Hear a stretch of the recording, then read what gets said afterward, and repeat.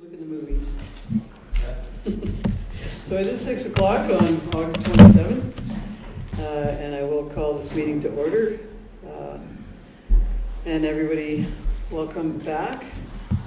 I know we'll have to, well, we did meet July 25th, so it's only been a month. So hope everybody had a good summer, and I will not go around the table to find out how good your summers were, but I'm sure we'll hear about them at some point. So I will have a motion to adopt the agenda, I believe as presented, or as amended. I think there's a couple amendments to the, no, not to the agenda. Yeah, so as presented, whoever would like to, Ethan, we don't have anything to add, I'm sure. Right? Okay. Deputy Mayor. I move the council adopt the agenda as presented. Thank you. Councillor Windsor. Thank you, Mayor Hunter. I'm wondering why 12.2, the survey questions for the budget is enclosed. I don't understand why we would have to have that enclosed. It's just a survey of the budget. I've done this several times, so I'm wondering why it's enclosed. All right. Ethan and I discussed that as well, so I'll let Ethan answer that. Sure, thanks for the question. The reason is just as a way of giving council the opportunity to review draft potential questions before they're released to the public.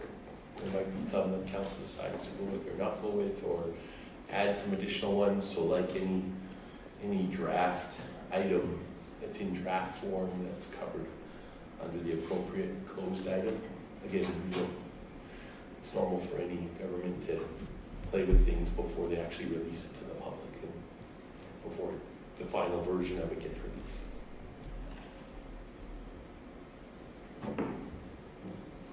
Does that answer your question? Not really. Like we have a whole bunch of resolutions that have been put forward here in their agenda, which are drafted because we can change them however we want. I don't understand a draft. For survey questions, I have no problem with removing one in public or putting one in public. I have no problem with that. So I'm disappointed that this is in closed meeting. Okay, well, I guess again, like all closed meeting items, if you believe that you want to ask to come out of closed to discuss it based on the content, you can do that. Call a motion. So, having said that, we have the motion to adopt the agenda as presented. And seeing no other hands, I'll call the vote. All in favor? Opposed? And that's carried. Okay. We are happy to see our staff sergeant back. Today we haven't seen him since end of May, but I think we've seen him since then, like doing other things besides sitting at the speaker's table. So Staff Sergeant Brown, our detachment commander, is here to present the first quarter report for our local detachment. So welcome back, Staff Sergeant, and look forward to your report. Good evening. So pleased to present quarter one for 24-25 fiscal year. During quarter one, we had 8 reportable community consultation events. As I can highlight, in May 6th, the regular meeting that I have with the mayor and CAO with regards to staffing at that time, the vacant municipal employee position at the detachment. I'm pleased to say that since that time we have hired a new municipal employee. In that, we're still going through the security clearance process, but she's gainfully employed and a resident of the area, which is even better. May 11th, we had members at the Didsbury Car Show, which was again another successful event in Didsbury, despite the change in I guess the setup for the show itself, but well reported upon, and the members were quite appreciative of being entertained at that event. May 15th, utilized the Carstairs Enhanced Policing Officer Constable Walkie to attend the West Glen School and provide a presentation to the students at that time regarding cell phone safety. He also attended on the 22nd, again at West Glen, and provided a secondary presentation regarding the cell phones to another group of students.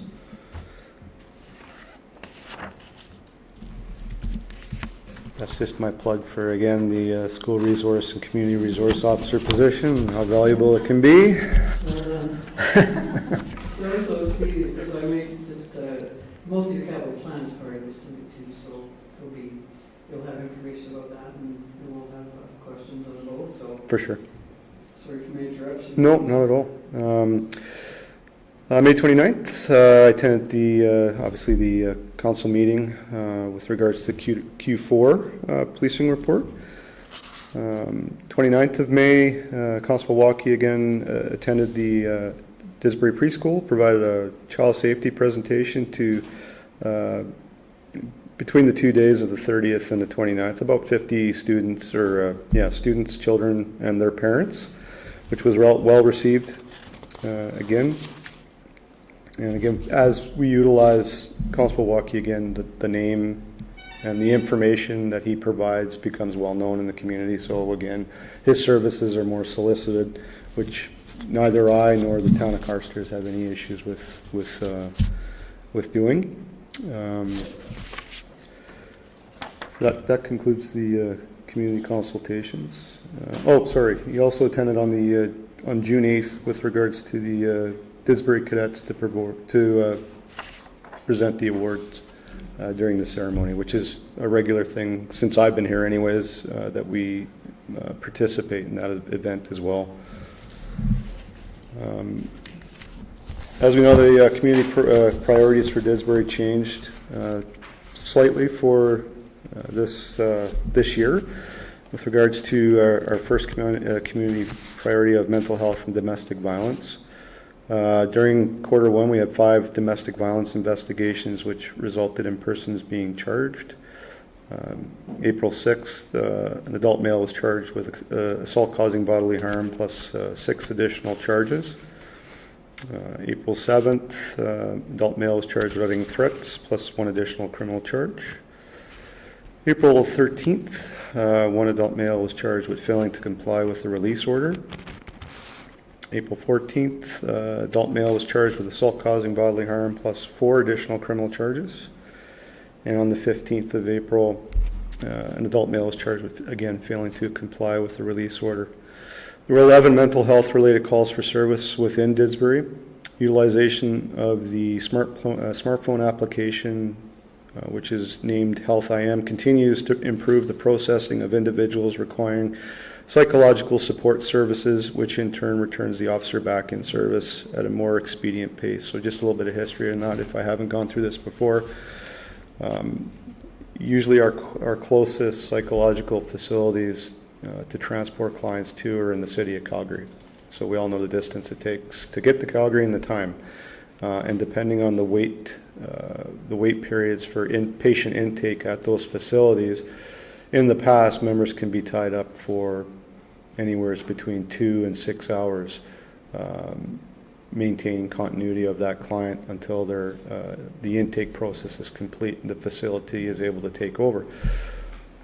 What that does in turn is take a member off the street for that duration, and at times that could be detrimental to not only calls for service, response times, as well as officer safety. So the new interactive app, which links our members directly with each institution within the city and in Red Deer, we're able to assess which facility can take the client in the most expedient process. So overall, the statistics have shown that this process has increased or decreased the members' unavailability for returning to service, which is quite helpful for us, especially in smaller detachments.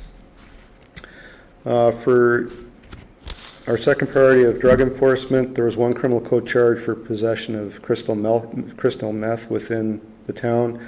Again, that was a known offender to our detachment members. Our priority 3, which is increased visibility within the community. Warmer weather and public events have generated increased traffic in the evenings, which require increased presence within the community. Warmer temperatures provide members options to conduct foot patrols within the town. During foot patrols, members are encouraged to engage in conversation with members of the public and store owners, business owners. Members noted foot patrols as well as patrols within the school and school zones throughout that quarter. A new patrol log, which we have generated in May of this year, was to track additional data for reporting purposes. In June, 9 foot patrols were conducted by members in the downtown core of Didsbury. 28 patrols were conducted within licensed establishments in the town to ensure AGLC compliance. And as I had mentioned, I believe in the last Q4 reporting, that was a focus of mine to increase the visibility. I know there were concerns noted with a lack of visibility at times, especially in the evening hours, and the way to address that is to put the members on foot within that area. They get greater contact with business owners, community members, and a greater enhancement of visibility rather than just driving through the streets. So I've seen a more positive reaction to that. It's not something that detachments of this size usually engage in just because of resourcing issues. Sometimes you see it in obviously the larger metropolitan centers like Calgary, Edmonton, Lethbridge, etc. But it's nice to see that we have the ability to do it, and the members are quite eager to participate in that form of patrol.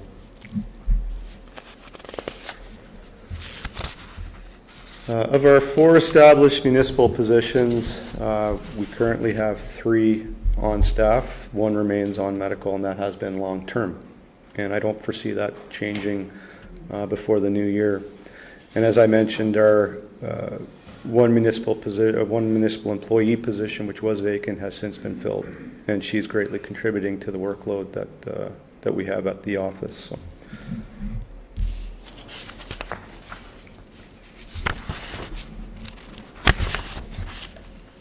If you want to change, Luana, to the crime statistics.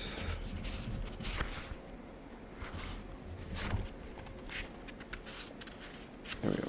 So specifically the year-to-date change, so from 23 to 24, you can see there's been a decline in persons crimes of 23%, continual decline in property crime of 24%, 13% decline in other criminal code, which again accompanies other related offenses not covered under the previously 2 categories.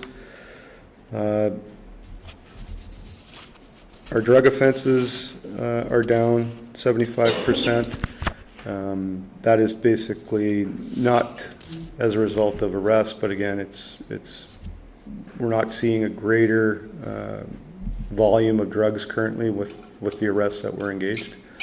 As I previously mentioned, we only had 1 arrest for possession of crystal meth during that time. So, but again, our officers are still working under our intelligence-led policing model to acquire and analyze any information regarding drug possession and or trafficking within the town. So that's always an ongoing priority for us. Bylaws, we've seen an increase. I guess you've also seen that at the town level as well for the bylaw officers that are employed. We've got, I'm happy to say we've got a pretty good working relationship with the 2 new peace officers or soon-to-be peace officers with the town. Continuous communication and information sharing between both our groups, which is something that I haven't seen since I've been here. So I anticipate that will continue to grow and build those relationships a lot stronger than what they have been in the past. So kudos to the hiring practices for those 2. 67% decline in total motor vehicle collisions, which has been fantastic. And yeah, pretty much as you can see, a decline all the way across the board for statistics that really we have a concern with. And also in July, and I wasn't going to leave this till Q2, but I'll bring it up now. So every year, the federal government releases the crime severity index across the country, and our crime severity index, which is on another slide, if you can pull it up. Do you have that one?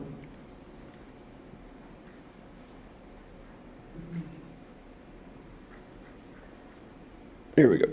So as you can see, from last year we rose maybe 1.5% increase on our CSI, which to me is not an overt concern. As you can see from 2021, we were at 89.3, which was extremely high when I first got here. And essentially that measures the seriousness of the offenses which are being committed within the town.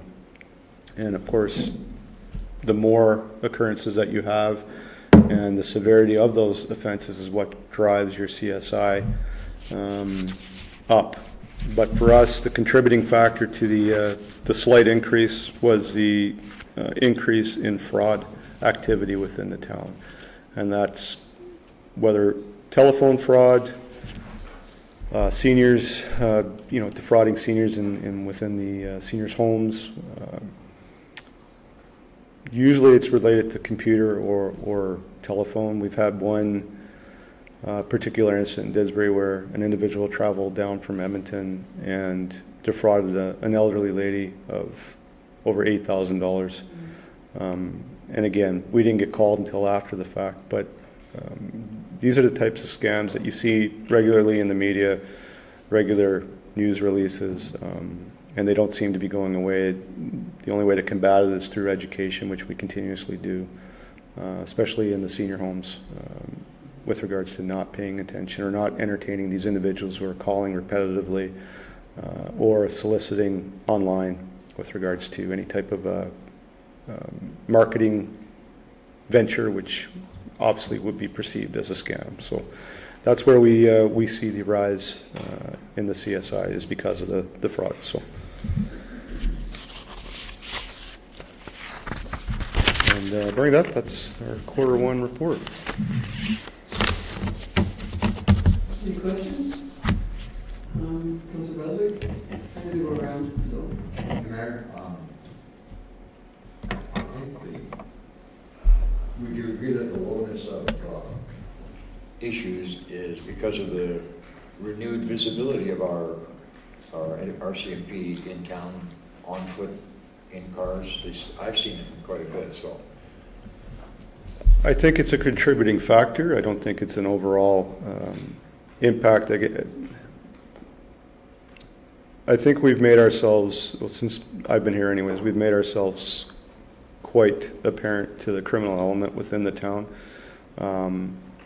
that the not only their presence but their activity of any type of nature that's criminal is not welcomed, and you'll receive our full attention. And I've heard numerous stories, both from the offender side and the resident side, that it's well known that this is not one of the places to come if you want to go undetected. So it's nice to hear that, especially when you're hearing it from the offenders. So I think that plays a major impact on deterring people from coming here, which is what we want to do. You're always going to have individuals who fall by the wayside in your community. I mean, that's every community. It's not unique to Didsbury, but and that's always going to be a focus of ours, but primarily it's keeping people out that come in from other larger centers because they think it's an environment that they can succeed in. So, but having the visibility on the street at a regular, period throughout the day and in the evening also contributes. Yeah. Councilor Boyd? I don't have a question for Sonny, Okay. but I have one for the CEO, for Okay. I was just wondering why it wasn't in the agenda. The report, it's a link. Yeah, Okay. Yeah, the links Doesn't in work well the- with a printed copy. yeah, I would, we can talk about it at the end before I make the motion. Deputy Mayor? Yeah, just one question and one quick comment. My question, did you say that the senior was taken for 8 or 80,000? Off the top of my memory, it was 8,000, not 80. Okay. 8,000, yeah. And I just wanted to tag on to your comment on the new bylaw officers. There was a public block party across the street from our house, and I walked over there and introduced myself to one of them, and he had just shown up and was walking around, and it was a pleasure to see him there, and he really seemed to be having fun mingling with the people over there, so I'm glad that that's something you were able to recognize with them, that they're very community-minded, community-oriented. Yeah, both are very community-oriented, and they're, you know, again, I've been in some places where enforcement is the rule of thumb for that particular group, and that doesn't seem to be the case here, and that's a community town initiative, right, perspective priority, and it's nice to have that community engagement from your officers, from the community perspective, but also having that relationship with the detachment where you can meet the officers, you can develop that relationship with them, and then hopefully translate that into a working relationship as well, which only benefits both groups. Thank you. Councilor Moser? Thank you, Mayor Hunter. I don't have a question. I just wanted to commend Staff Sergeant Brown for the thoroughness of the report. It's very comprehensive. Thank you for You're welcome. Councilor Moore? Yes, I'm excited to hear that there's an unprecedented collaboration between the bylaw officers and the RCMP. That's excellent to hear. They seem like terrific guys, but I guess you know them better than you do. Yeah, Facebook. I really appreciate the CSI draft in here, It's tells a lot, and it's kind of nice to, nobody's ever happened with any CSI, but 79, when there's others that are 400. Well, when you're looking at the average for the province, which is considerably higher than that, I'm pleased with it, despite the slight increase as we explained. But yeah, Yeah, and there's somebody at 981. Yep. It puts things in perspective, so I appreciate that being in the report, and always all the information that's in the report. Just interested in what kind of bylaws RCMP would look after, and you might not have them off the top of your head what they might be, but you said there were some bylaws that were looked after by RCMP in Q1. in Q1, so when there was a vacancy, I guess that momentary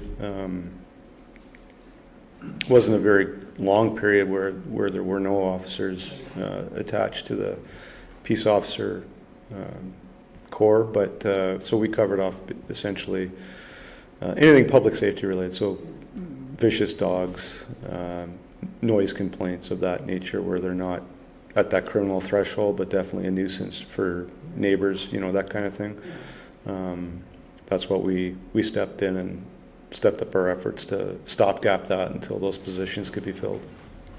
Thank you for that. That's not going to tweak my memory, that is why, but that's really appreciated. Yeah. Again, another great part of our detachment here. And I really like your statement that don't come here if you want to go undetected, so. That's right. It's good to hear, isn't it? Yeah, it's again, it's one thing to say it, but when you're hearing it from the other side, it's, your efforts are working. Yeah. Great. So great report, Staff Sergeant, thanks for that. Does anybody have any other comments or questions? Because we can move on to your financial plan, and if you want to, do you want to touch on that, or you don't want to touch on that? Oh, it's entirely up to you. I don't have it with me, but It's just one of those things that we RCMP puts together for us, and we agree to it, and Mhm. this is what guides our annual budget for our policing, so. Okay. If you want to see these, they are on links in our agenda. So you just click on them and you can go to our multi-year financial plan, which we'll have questions about too, but at the same time, you can also link on the report. And it's posted on our website. Okay. So thanks for that, and thanks for always having it to us and for being here. You're welcome. Yeah, so I don't, any other questions? I don't know that, Steve, do you want to, are there any questions about the multi-year financial plan that anybody has? Okay. So that will free you up for the night. And thanks for being here. So we have a couple motions to make. I think Joyce or Councilman McCoy wanted to ask, did you want to finish on that question you had? Yeah, just, it's unfortunate because especially when you get black, you don't know that it's recurring. Oh, okay. I'm just wondering why that change was made. So yeah, our reports are usually in the package, in paper, so I don't, maybe it's deficiencies of paper and size of the document. Yeah, that was just, because both those documents are quite long, so it was just an attempt to kind of reduce the number of pages that you have to scroll through, because then if you just click on the link, you can go to it with the intent of it being a digital document. But if council would rather have all those extra pages to scroll through, I mean, it's, I think councillors could just ask for a copy if they don't want to use the link, because others have used the link, so that seemed to work. But having said that, I need a few motions then to, who would like to make the motions for Staff Sergeant's report? Q1. Councillor Windsor. Thank you, Mayor Hunter. I'll move to accept the Disbury RCMP Detachment first quarter report for April 1 to June 30, 2024 as information. All right, I will call a vote. All in favor? It's carried. Yes, there might, I just wanted to, again, remind, the links have the whole report there. And anybody watching our live stream that, if they want to see those reports and haven't seen them, that's where they are. And then the next motion is the multi-year financial plan. Go ahead. Thank you, Mayor Hunter. I'll move to approve the Disbury RCMP Detachment multi-year financial plan in principle as presented, with all service level increases to be approved by council prior to implementation. That's the same motion as last year, I believe, is it? Yeah. Councillor Basel, any comments or questions on the multi-year financial plan? No, ma'am. Councillor McCoy? Councillor Windsor, Councillor Moore? Okay, I'll call the vote. All in favor? That's carried. So there, we have another 5-year plan that we'll address again next year. Thanks again. Thank you.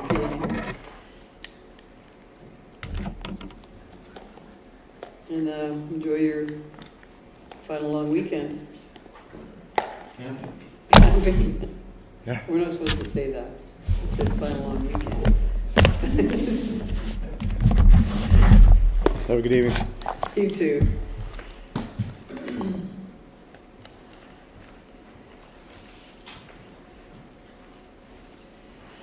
Right, we have adoption of the item 4 of the June 25th, 2024 regular council meeting minutes.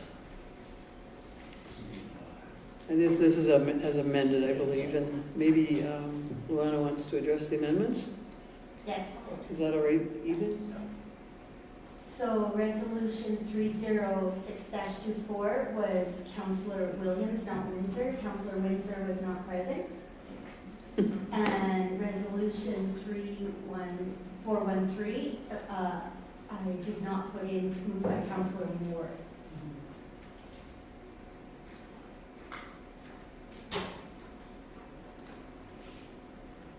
Thank you for that.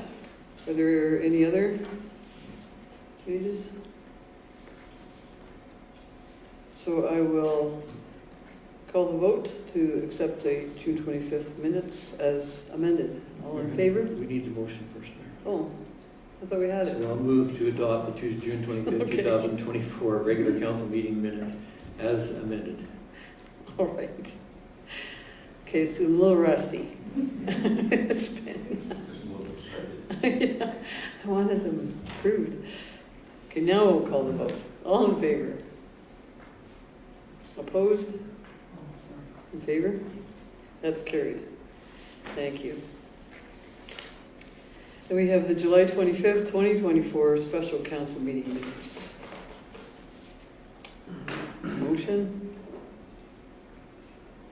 Deputy Mayor? I move that the 2024, what month was it, June special council meeting minutes be July. July 25th. As July presented, 25th, yeah. adopted as presented. Okay. That was a Here, little to adopt the disjointed, July but it was 25th, close. 2024 special council meeting minutes as presented. Very well done.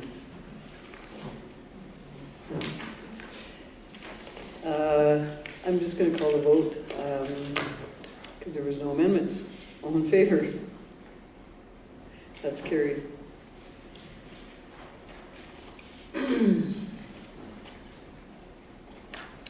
We have the Chief Administrative Officer report for the last while. So, what happened since our last meeting, June 25th. I'm going to go around the table if there's questions or make any motions. Councillor McCoy. Oh, okay, so you get that. Can you start one over and I can go? Sure, Deputy Mayor. Sorry, I left my mic on. Is there any way you could have made this 60 pages instead of 51? This is a book, well put together, no questions. Okay, Councillor Windsor. Thank you, Mayor Hunter. I have a number of questions, but I'll do one at a time if that's... Oh, go ahead, it's your turn. Okay, all right. Well, on page 23 of the agenda, we have a drawing of the Copperview Landing presentation proposal, and I don't see any green space in it. And I'm wondering where the green space is, Mayor Hunter.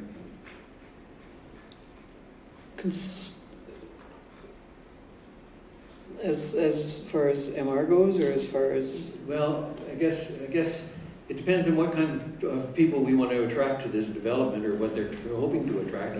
I would like to see a playground or a park space somewhere in this development, and I just don't see it there anywhere.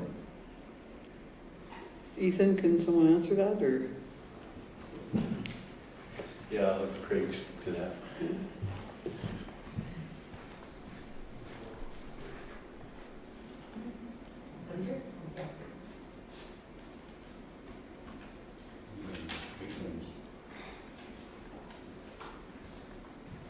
Well, do you get the pointer now? I'm gonna give Okay, it I a thought you had try. a special package there or something you were opening. Okay. Who's doing that? Is that me? Who's driving the mouse? You're driving the mouse? Okay. All right, well, thank you for the question. So when they submit a subdivision application with the area structure plan, there's a certain percentage of green space that they have to do for each phase. So there will be green spaces allocated, and as the subdivision goes along, we'll figure out where the facilities will come. But as it stands, so all this area down here, so on the slope, this is all going to be municipal reserve. And so this will remain green through time, and then down at the bottom will be the storm pond. So there'll actually be a pathway and a connectivity of pedestrians down into the storm pond area that'll be next to the wetland on the west side. Okay, and then but in the subdivision proper up in here, There won't be much green space. It'll mostly be houses and subdivision work, but the green spaces will come in the form of park space and things that are down along here. And in future phases, there's more green space to be added as more development comes online. So this is just the first 76, 77 houses out of 200 and some. So there's a lot more subdivision to come yet, but the subdivision will come, this part of the subdivision comes with the storm pond and things as the phases progress. So hope that helps. Does that answer your question? Well, yes, kind of, but I think there's a follow-up that goes with that, and we experienced this with Valorosa, and not having a playground or a space in Valorosa, and the residents ended up having to do that themselves through a grant and through a lot of work and fundraising. And so I guess I don't see a space here that's going to be of that nature that could accommodate something like that, like a playground like Valorosa did, on the slope that comes down that coulee. It just doesn't, it's not conducive to it. So I personally, I would like to have seen something there that would have maybe been an attraction to young families. Okay, but I guess it would depend too, and isn't that relative to what is in our current MDP and what they would have to comply with? So unless, and I just want to, maybe this is a question, does MPC even have the authority to do that? And I don't know that. And if we don't have it written somewhere, do they have to have one? Your point is taken, but I don't know that anybody can make anybody do anything until it's in writing. And Craig, am I right on that? And maybe that will. The NDP still coming back for final readings. Yeah, so there's a number of ways a municipality can work with a developer to have things done. So the future phases, there's more green space coming. At phase 2, we can ask them to put in a small park. There's all sorts of things that we do work with them on as we go through the creation of the plan that was adopted by council. So like the area structure plan came to, and it will say a bunch of things that the developer agrees to do to create the bylaw that goes with the land. And as we do the subdivision phases, we review that plan and the bylaw to make sure that they're in compliance with that. If there is no specific indication where there's a requirement for facilities to be built, we would rely on the subjectivity conversation. We would work with them, tell them that their product would require, they would benefit from it, that sort of thing. So we'd work with a developer no matter what, how things are worded.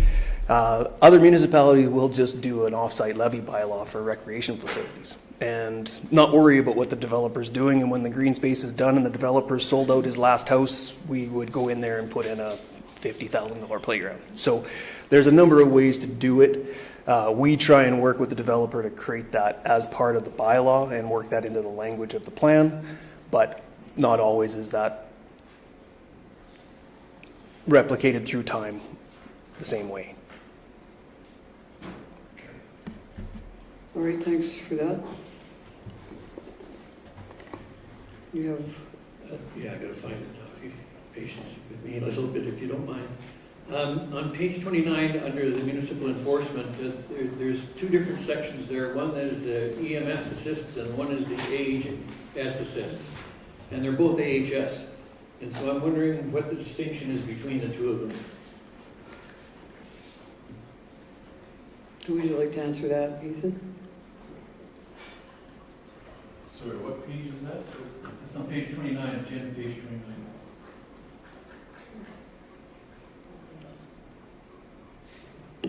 Are you speaking about the lift assist versus the co-response determinant? Well, there's two ends to that table that's on that page. And on the left side, it talks about the lift assist, and that is a response to EMS requests.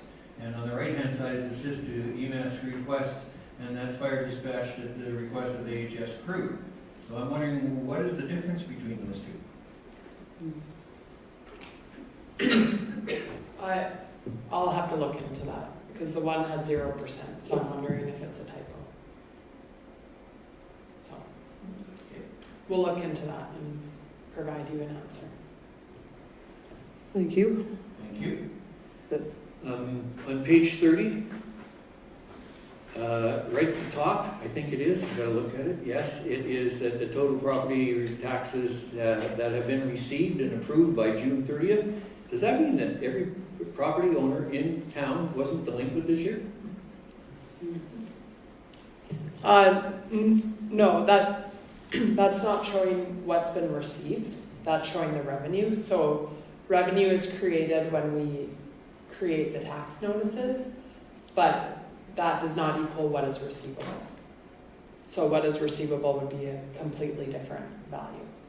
That's just the revenue you're seeing on page 30. And the revenue occurs in the year that the tax notices are created for the year of taxation. So it lines up with the year of the tax bylaw. Go ahead. Yeah, thank you very much. I just need clarification on that, because if it's revenue, it's revenue, and if it's not, it's not.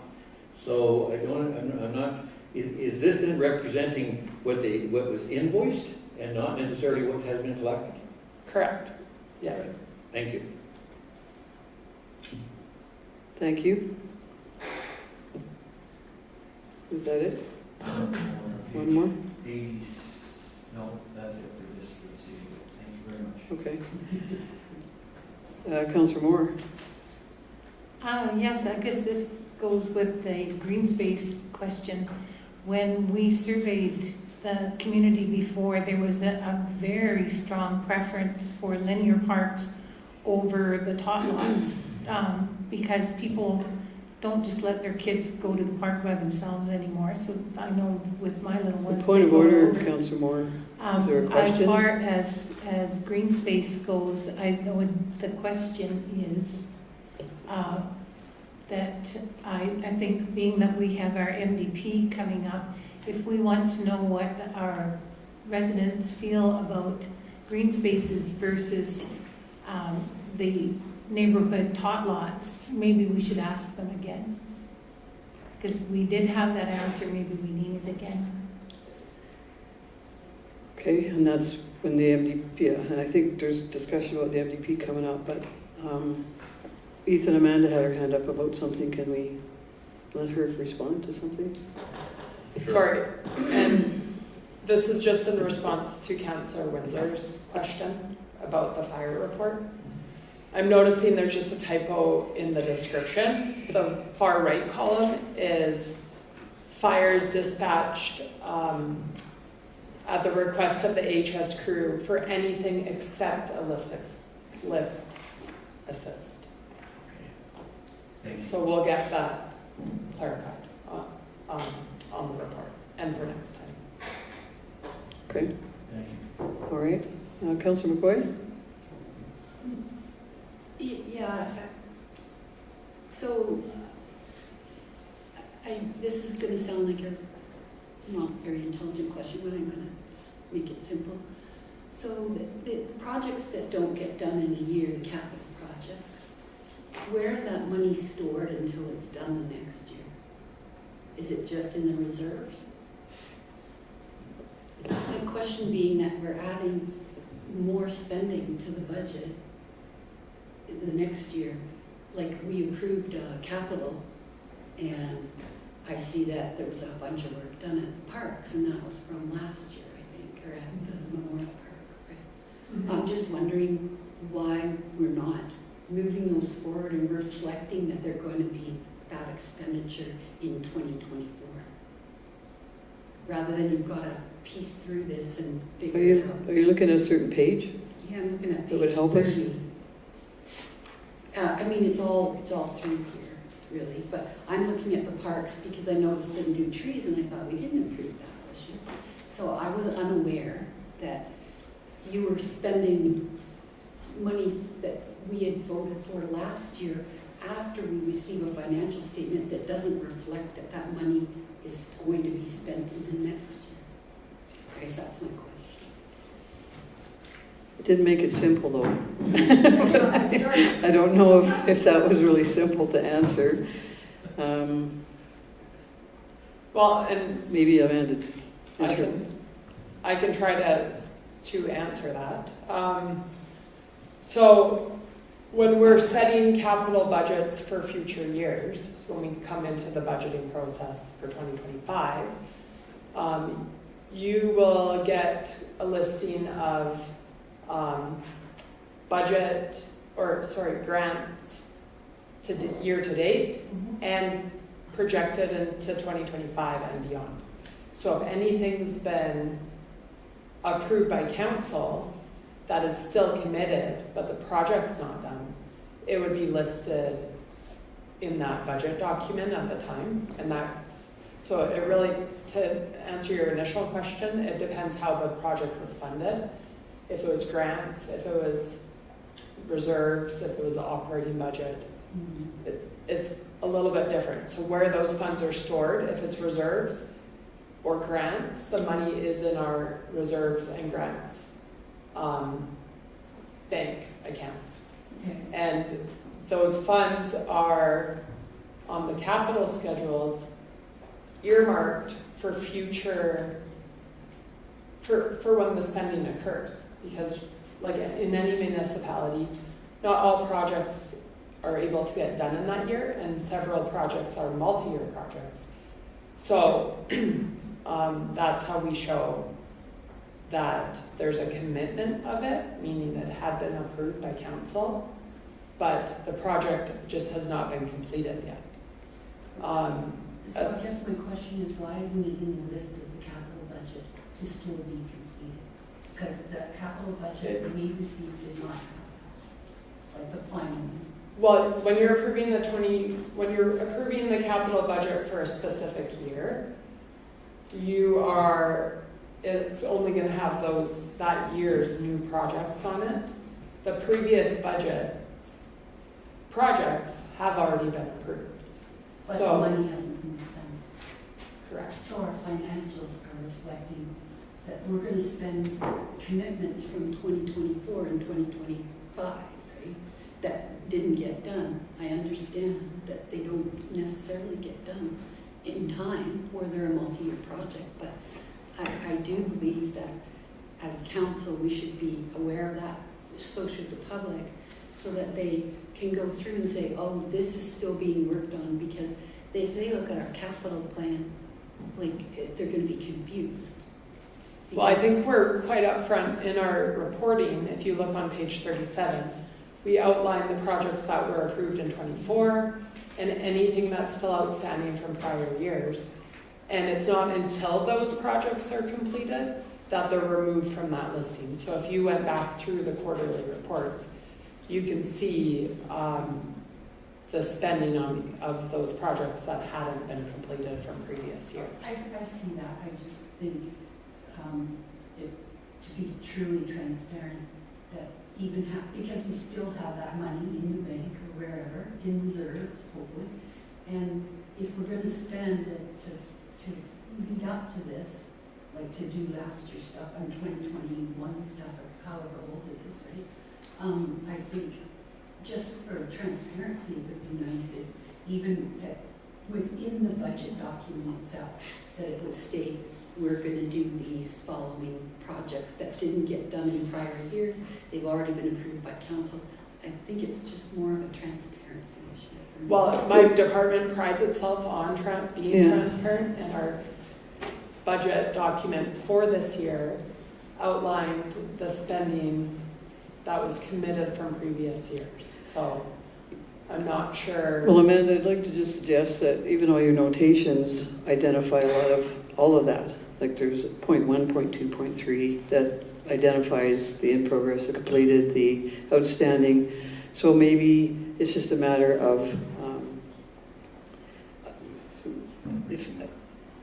I think they are well presented personally in that those notations identify that. Is that may be something Councillor McCoy might want to, I don't know. I don't know that we have, I'm fine with comments about in your questions, but I don't know that if council isn't directing that we have this presented to us different, and we're happy with the presentation, so if there's something that isn't clear, maybe that's something, Ethan, that Councilor McCoy can have cleared up in a, Offline. well, offline, that's a good word. If it's not clear to her on where this is, because I think there's no other questions, and I think everybody else is pretty clear on Amanda's presentation of this, and we've, I like them personally, and I think there's no other comments about it, so I think if we did that, that would be certainly something in your court to, if Councilor McCoy asked you for that, that would be between you and her, to ask for clarification on things that are not clear to her. Would that, I'm not going to set anything up, I'm just suggesting that, of course. So, do you have other questions? Well, I was going to also speak on Councilor Windsor's concern, because I agree that it could be a problem. I think your reporting is great. I actually think you give us too much.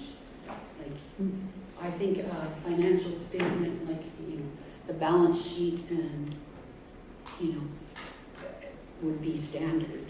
But you give us a lot, and so I'm giving you a compliment that you're very transparent in your delivery of stuff to us. But I guess there's just a few things that kind of caught me off guard. Anything else? No, I'll deal with it later. Yeah, and because we brought up the MDP, I had a question that the updated draft document, so we had our workshop and we had a lot of changes during that workshop, a lot of suggestions, and I don't know who wrote them all down. I think it's someone over at that table, and Chris Ulmer would have. So in this, it says that we have, there's going to be a Showcase Disbury, which is great, and we tried to do that at the Sunday Fun Day the other day, but let's be honest, no one's there at Sunday Fun Day to look at our MDP and talk to council. So I was fine with that, and they kept blowing over anyway.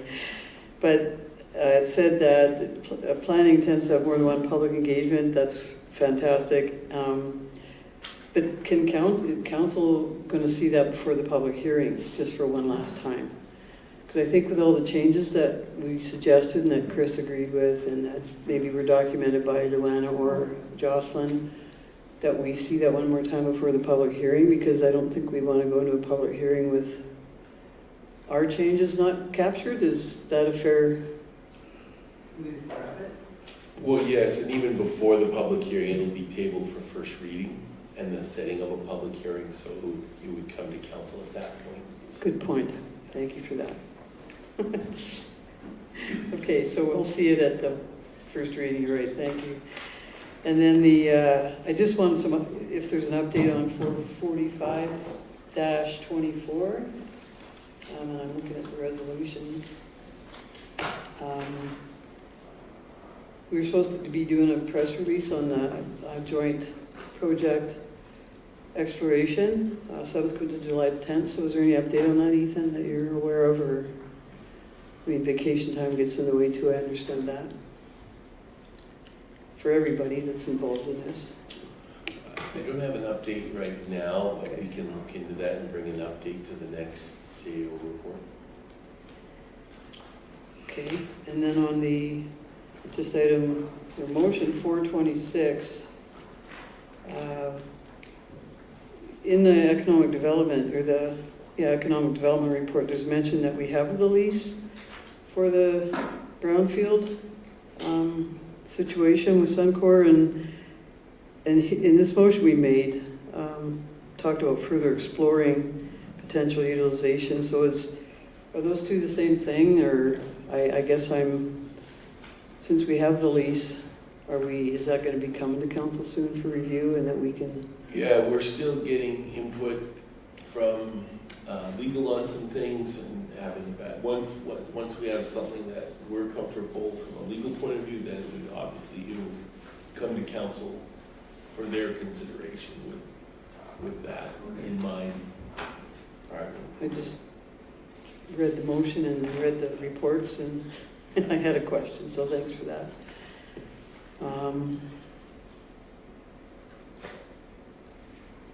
And I only have one other one. And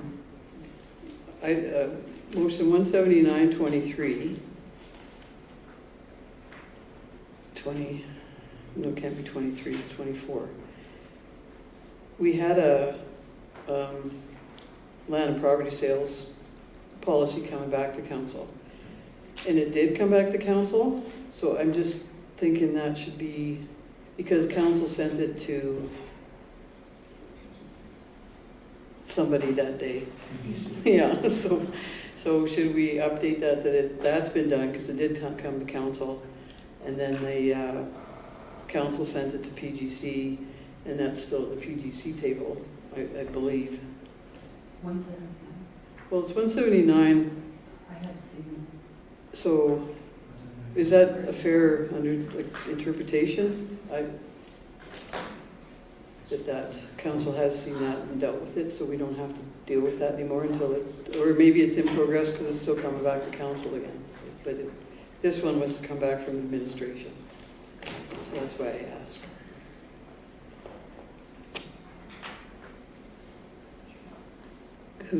Is that fair? Have I interpreted that right? Yeah, we can make an update to the resolution index. Well, those are just things that when I go through it, I see what is in progress so that I'm staying aware for Yeah. myself.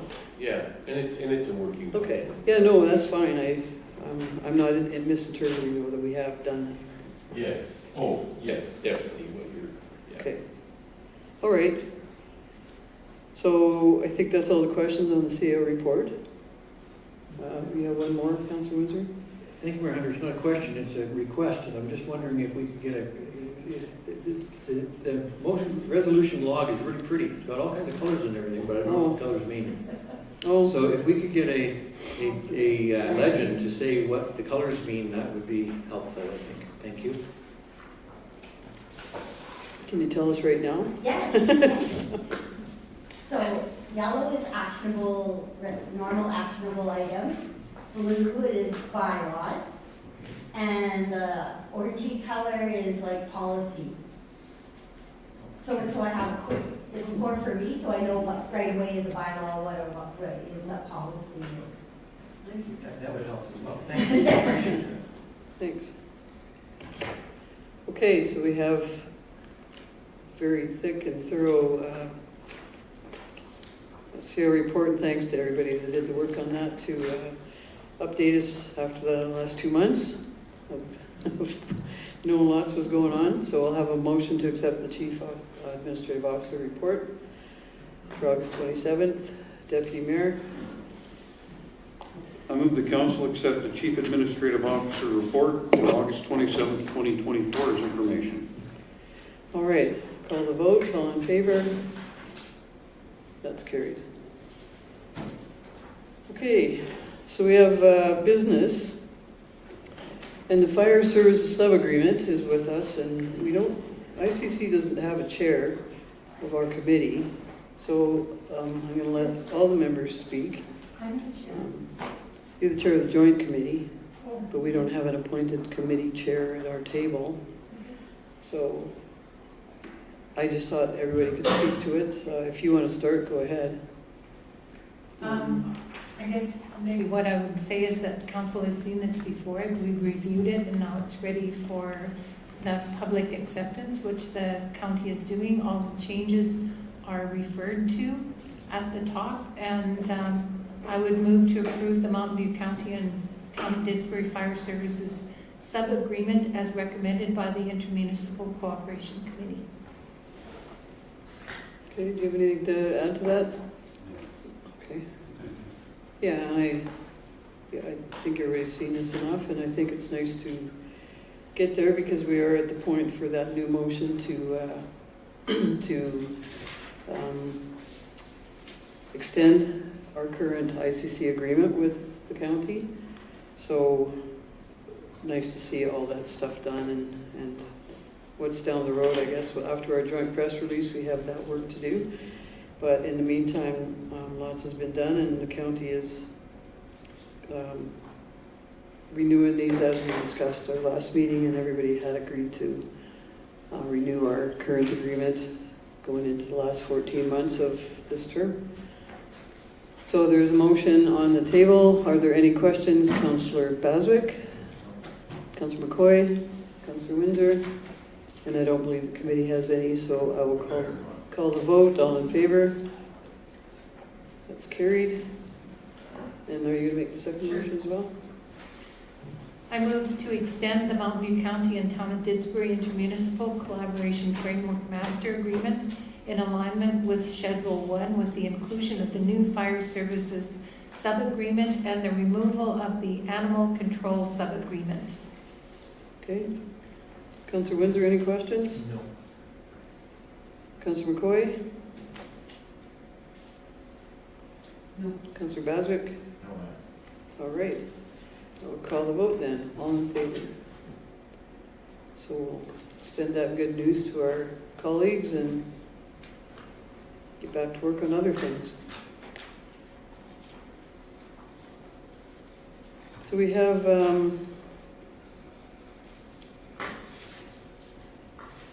2025 budget timelines.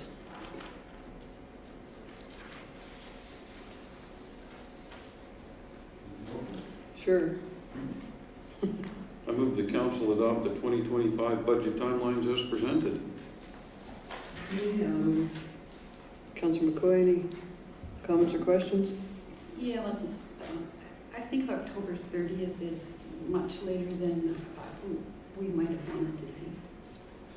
Because right, and then by December 10th it'll be approved. I think the time, like the amount of time is okay, but I thought we were talking about even in September, like till the end of October, it's just one day before November. Yeah, we had the budget workshop and we went through this and we went around the table several times on several items with the budget. So in the end, council did agree to forward this to the RCM for approval. That's why it's here, because of that workshop. So I think, you know, those points were made, and your point again is taken, Councillor McCoy, thank you. So any, Councillor Baswick, any comments? Councillor Moore? Councillor Windsor? Thank you, Mayor Hunter. I'm just looking on here and I'm seeing that Monday, September 30th, we're going to be inviting the community groups to present their 2025 budget requests. I'm wondering if that isn't inviting them to ask for more money. I wonder if that's not giving a message, sending a message to them that that's what our expectation is. And I'm not sure that that is what our expectation is. In the past, I think we've done this, and maybe because it's a different process, but in the past the way we've done this is that we've accepted letters of intent from those organizations, and then if there is an intent, then we would meet with them or schedule a meeting with them to discuss that or allow them their presentation time. Or maybe it's something like this, a group presentation time. I'm a little concerned that we're doing by putting this in here as a item is that we're inviting them to ask for money. Is that more just a placeholder, Ethan? I know in our policy we can consider those groups, and the interpretation might be that if they write us a letter to ask for money, then we would have that placeholder evening. Does council, I would have to get comments on that around the table, or are there other, council, the Policy and Governance Committee put this together, but it doesn't say we'll invite them, and I certainly, we would if they wrote us a letter. Do you want to comment on that as part of the PGC? No, I understood that that's what we were going to do moving forward is the people that wanted, these groups in particular, would come and give us their budget presentation. And that's my understanding. The net, okay. Because the policy just says we consider them annually, but that doesn't mean, are we gonna consider them if they don't write us a letter asking for money? No, So should we wait for that? Yeah, I guess and have a placeholder, so go If we ahead. don't have a letter requesting it, then they're not asking. Okay, So, and I'm just gonna go, I'll let you go after, just get interpretations. So Councilor McCoy, is that what you would interpret as if they asked a letter? We have this date for a placeholder to entertain them? Councilor Baswick? Okay, Councilor Moore? I would like to hear what CEO has to say about that. I did tell him he gets to speak after I get council's take on the policy. And you already spoke on the policy, so what, your interpretation? Yes, my interpretation, except that my interpretation doesn't align with what's written here, because this says that budget request, it's not just presenting their budget to us, it's a budget request. And so that's where I'm a little confused, because I'm not sure that, certainly from the library, that's a request from the library, but it's not necessarily from the other two organizations. So that was my confusion in this whole thing. Yeah, Yeah, and so I would expect to have a letter first, that I think we otherwise- heard that around the table. So Ethan, you had something to add to that? Yeah, so with this, the thinking was that from the discussion last year, we held a night, the groups were invited to come to that night to speak to any issues related to the budget.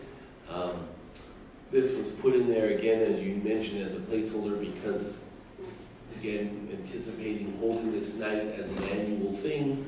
And our preference, recommendation is that it's held early on in the process as part of the process. Again, the groups will be dealt with during the next item about inviting the group. Because again, they were invited to come last year, so we were assuming you'd be inviting them to come to the night again this year. Ethan, did they not all have, but they all had funding requests in before we set that night though, I think. And I'm, just for clarity, so maybe, if that's the interpretation of council, if they write the letter, we'll hold this night and invite them to come after we get their letter, right? So, and I guess I'm not, further to your point, or we just want to acknowledge, I guess, we accept this timeline, it's a placeholder, should that be the case. And I think we know that the library always submits their budget, and it's a good night to discuss their budget and have it presented. And if the other groups do submit for funding, then we'd invite them the same night. But and Ethan and I also talked, we didn't have the 5-0 Club on here because we've incorporated, it's in our operational budget and in our capital budget now. So we see no need to entertain them because they are a municipal budget line in capital and operational. So if they do ask for money, it would be an anomaly and it would probably be directed to the community grant in that case. But so do you want that, are we just saying that this is a placeholder for those requests? Could we, I mean, we could rename it as community group night Presentation. Yeah. presentations. Just to have this reflected appropriately? And then they can either just come and have a check-in, report on the past year, report on the monies that they received last year.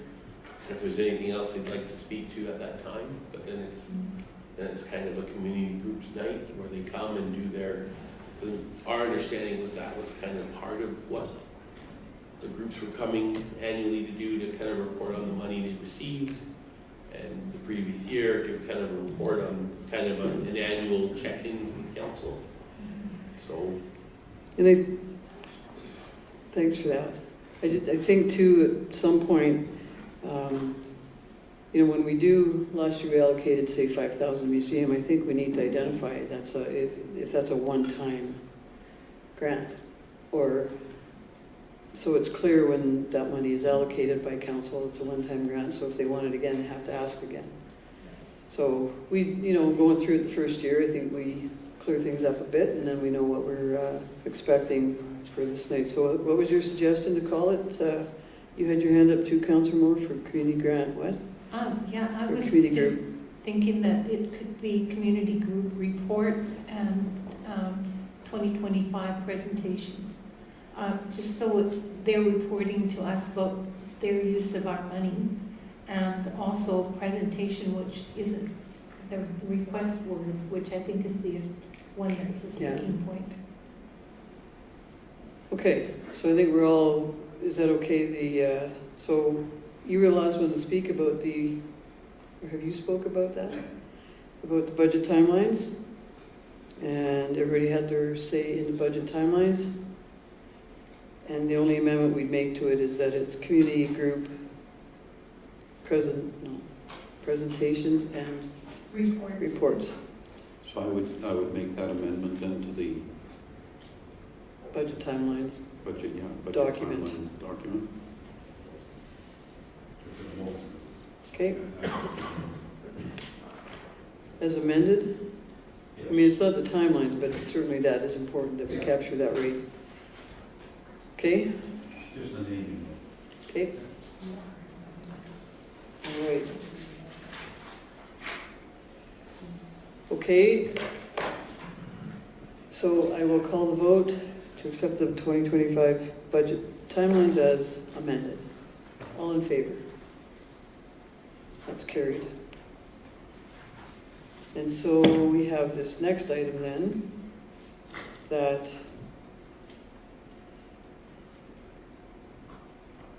are we still inviting them, or yes? For the presentation on what they did with the 2023 funding, 2024 funds, yeah. Okay, so who would like to make that motion? Councillor Windsor? Make the motion. Thank you, Mayor Hunter. I'll move to invite the following community organizations to the Committee of the Whole meeting on September 30th, 2024. The Disbury Municipal Library Board, the Disbury District Historical Society, and the Disbury Lions Club for the community bus.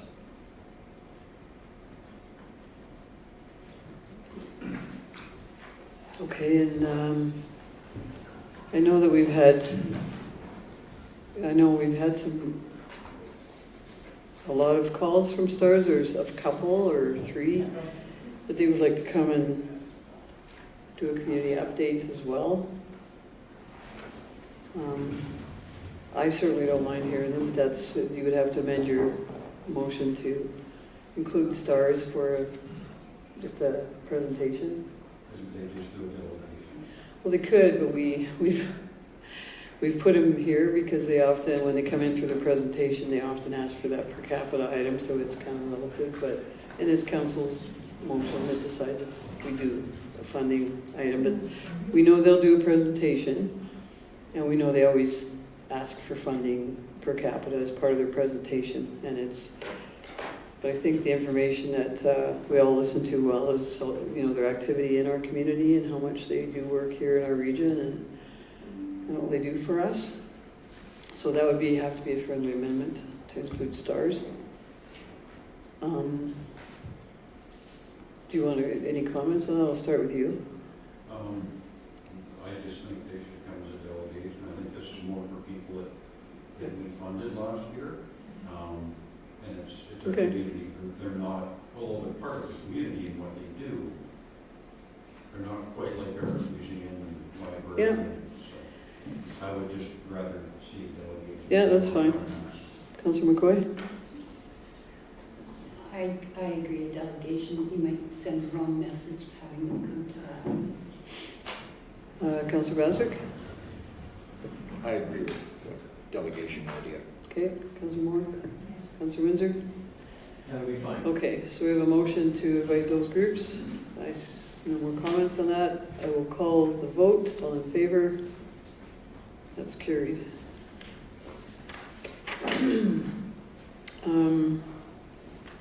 We have item 8.4, Growing Canada's Community Canopies Grant Application Update. And I would like and I spoke to Ethan about this as well, because the motion to be to approve the Growing Canada's Community Canopies Grant application in the amount of $117,700. And We'd also like to know where it would come from. As part of that. And I say that because the council's committing capital money, like probably from a reserve, so we're committing money that we will spend next year if we get this grant. So we should approve the spending of that amount. And I believe, Ethan, you agreed with me that we should make that motion to approve the amount of money. And it went up 25,200 from our last motion. So the letters, you know, there was timelines involved in that. We had to get the grant in, so that's why the letter was sent. But I think we need to formally approve that. Did you want to make a motion? Thank you, Mayor Hunter. I would move to accept the Growing Canada's Community Canopies grant application update as information. We'd like to approve it. More than information. Yeah, we're going to approve it. And maybe we'll get them to type it up there and then you can say it again. To approve it. Yes? Sorry, just a quick recommendation. Maybe at this time we accepted its information and then ask for it to come back with a proper recommendation for formal approval with funding options, because to give the administration a chance to properly frame that and give some thought to the funding options. Yeah. That's fine. It does need to come back, so, because we have sent that letter and we have committed the money to the grant application. Yes? Thank you. Another thing as well to consider is it is coming as part of the 2025 capital budget presentation. I mean, maybe council would rather have a motion prior to that, but those are just a couple of options. We're just committing money, and if we get the grant, we're not going to decline it, right? So with that letter, we approved that we would spend $117,000. So I would like to see the motion. I mean, I'm fine with that tonight, but can it come back with all the right, because if you bring the budget, we don't accept it, then what? You know, maybe we decide against that. So it's kind of like those intern grants we get. We always know that we're committing that to the operating budget for next year, so we approve that that's applied for. And I understood that we were under the gun last time, but I don't think that we are this time. So by all means, that's fine, the motion to accept it, and then to add that they'll bring it back for approval.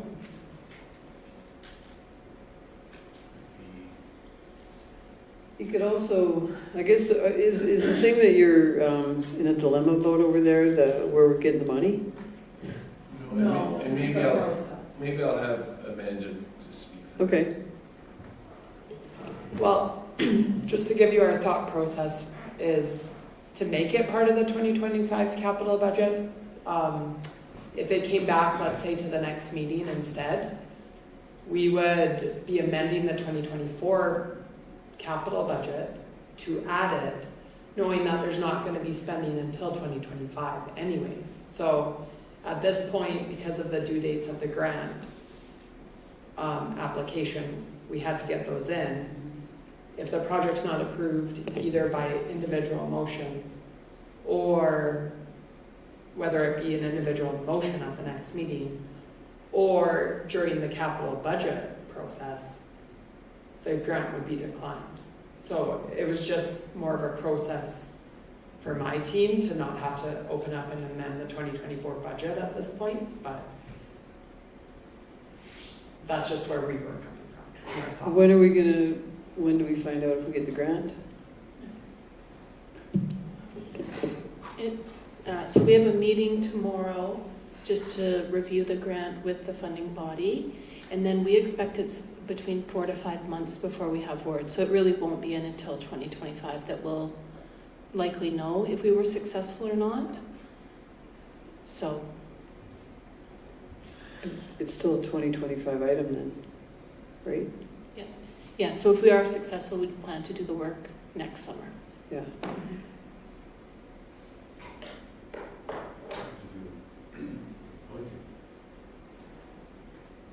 well, we're already committing the money by submitting the grant application.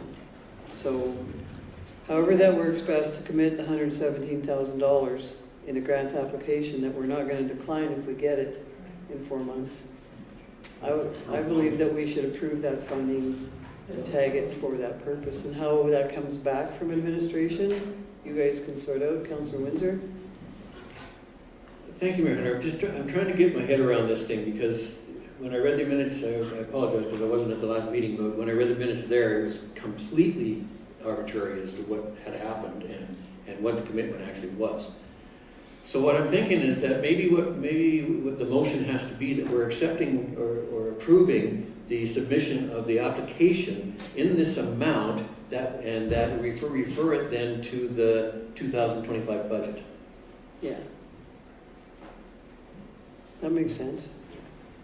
But we have already committed the money in the motion. So, as an approved item, refer to the budget as an approved item. Councillor McCoy, we're just trying to get this motion right, I think. Just a quick thing, I think Amanda also said that we're not committing by applying for the grant, because if we still voted it down, she would decline the grant, right? Like, so we're not really, what I heard, we're not really tying ourselves into anything solid, so we should give her the flexibility to do it in 2025. And since we're not going to get the grant until 2025, it only makes sense that it become, maybe it comes, you know, like it's an addition to the capital plan or something, right? But I don't think we should, I don't feel comfortable with committing the money now for next year's budget. I don't think Well, it's we necessary. did in the letter. And to that comment, are we really going to turn down the grant? No, we're never going to turn down a $117,000 grant. So is there a way with that wording just to refer to the capital budget as an approved item? That'll clear everything up right now if we get the grant. So to accept this information and refer to the 2025 capital budget. This can't be that hard. What do you think? That's fine. Me? Sure. I'd recommend that, because we have a motion on the table, I recommend you vote on that to accept as information and then have a follow-up motion. Okay. There. To do what. So Councillor Baswick, do you want to say that again? Just, I know it's on the table, but.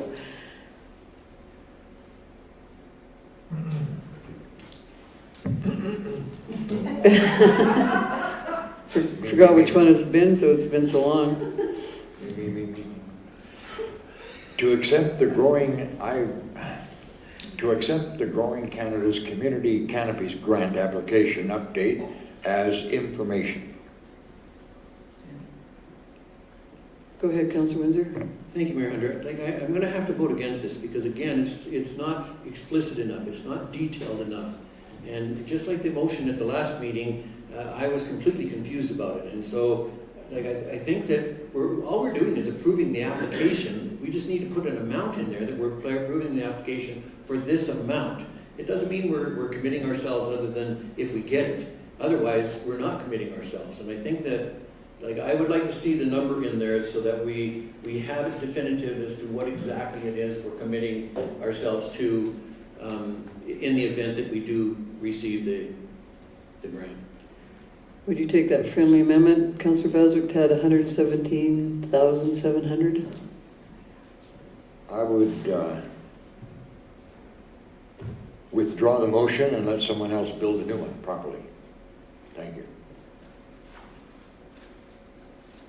All right. It was proper, so thank you for your grace there. Did you want to make the motion? Absolutely. So I'll move that council accept the Growing Canada's Community Canopies Grant application in the amount of $117,700 as information. Okay. I'm going to call the vote on that because we've talked enough about it. All in favor? That's carried. And the follow-up motion would be about the capital budget, that we would commit that money to the capital budget should we be successful in the grant application. So do you want to word that, or did I word it right? Are you typing? No, I'm, Okay. you'll have to say.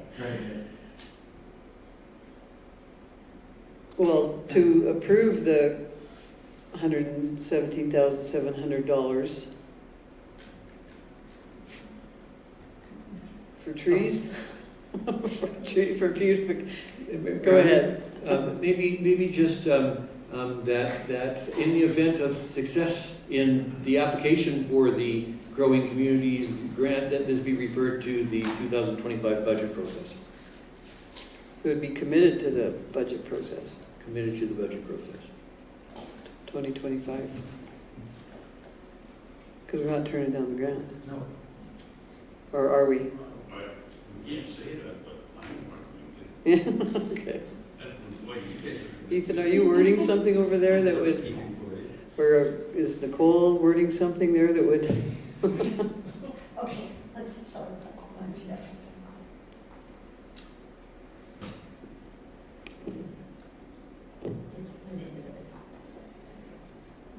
Yeah, so I think you can get there by, to approve the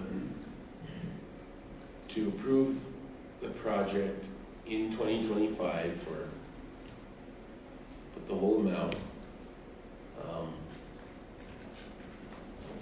conditioned upon receiving the successful acquisition of the grant money. Conditioned on being awarded the grant funding. So then that's showing a commitment that you're doing that project in 2025.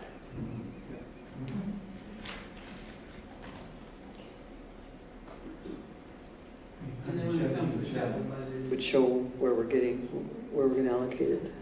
Yeah, so it would just be the full amount, not it'd be like the 235.4.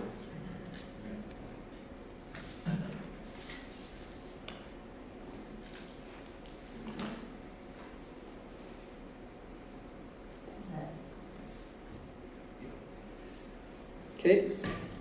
All right. I'm calling the vote. All in favor? That's carried. Councillor Windsor. Road closure request, 19th Street and 29th Avenue. Deputy Mayor.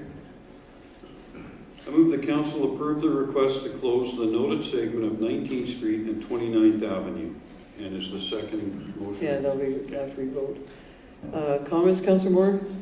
No. Councillor Windsor? Thank you, Mayor Hunter. I'm wondering why we have to close the road. The people who go down there and park down there, that use the facilities down there around the ponds, are doing that to avoid having to walk up that hill or down that hill. And so I'm just wondering, are we refusing them access from that? And is that a service level drop?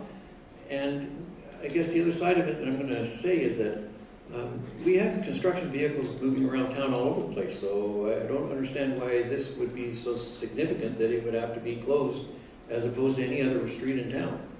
That they could just go buy the parked cars and go into wherever they need to do the work. So I guess what I'm asking for is clarification as to why exactly there is a need to close this. I'll have Craig speak to it.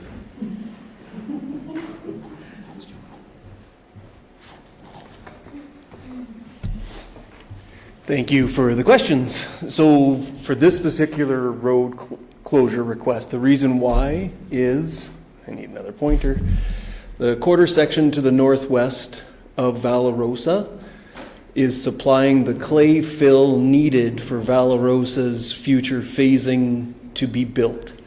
And in order to get the clay from A to B, they need to cross the land that's on the north side of 29th Avenue.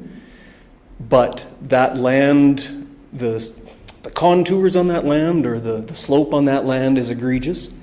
So what they've done is pushed the hill down a little bit, but they have to come out onto the road in order to avoid other infrastructure that we have in the ground at the tip of the tail. So they're coming out onto the road about halfway down with rock trucks. So these are big wiggle wagons. These aren't your standard dump trucks. So these aren't on-road vehicles per se. These are the bigger tired, articulated in the middle kind of trucks. And they'll be running back and forth in pretty rapid succession. So right now they're just moving topsoil until they have their final approvals in place. So they're moving topsoil at the bottom of the hill in preparation for the clay move. But this road closure will keep the vehicle traffic away from where these larger trucks are going to be going. And historically, what we've noticed with cars parking at the bottom there, because it's not a through road, they're not really parking like you would park on a normal street. Everybody just sort of like parks at the end of the block and blocks it all off. And so that's what we're trying to avoid, is to have a blockade of vehicles in basically an active working zone. So, and it's really just a large parking lot down there for the most part, because there's no through roads anywhere.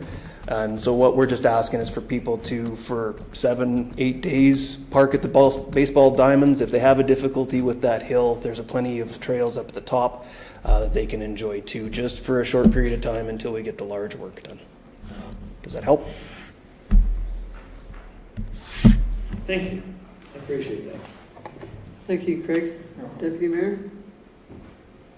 We get to learn something every day, and it excites me. 30 years in construction, and I've never heard wiggle wagon used as a rock truck description. So thank you for the enlightening terminology. I will be unleashing that on my staff tomorrow.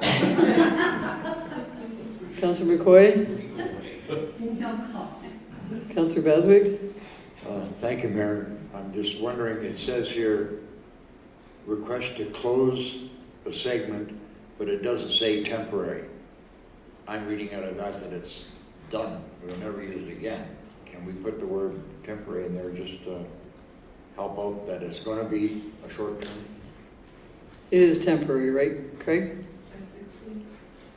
Okay, I would amend the motion to put the word, we approve to request Temporarily. the noted segment of 19th Street and 29th Avenue temporarily until heavy truck work is complete.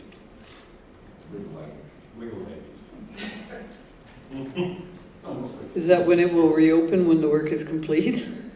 No, you don't want to say. We shouldn't, maybe we should just say it's temporarily closed and not Temporarily closed until it reopens. No. Would you accept to approve the request to temporarily close the segment of 19th Street and 29th Avenue? That will be Okay. sufficient. All right, I will call the vote. All in favor? That's carried. And to refer COUN 05-22 external road closure request policy to the next regular council meeting to consider potential revisions for addressing the needs of development projects. Okay, questions, Deputy Mayor? No, I'm good, thanks. Okay, Councillor McCoy? I think,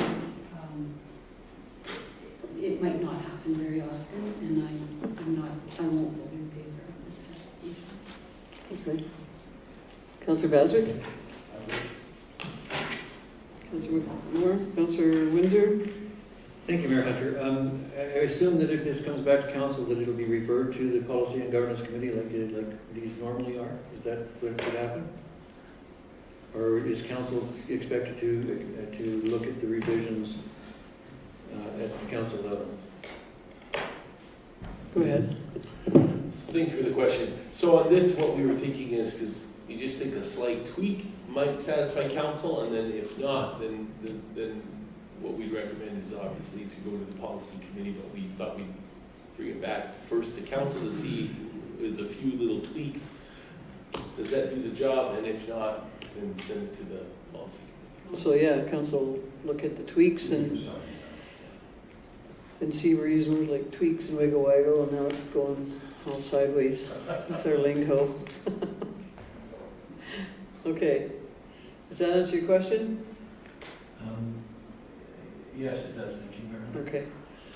So we have the motion to refer this to the next council meeting to deal with temporary road closures. I'll call the vote. All in favor? Or opposed? That is carried. We have item 8.6, Chinook Arch Victim Services Society Farewell Celebration.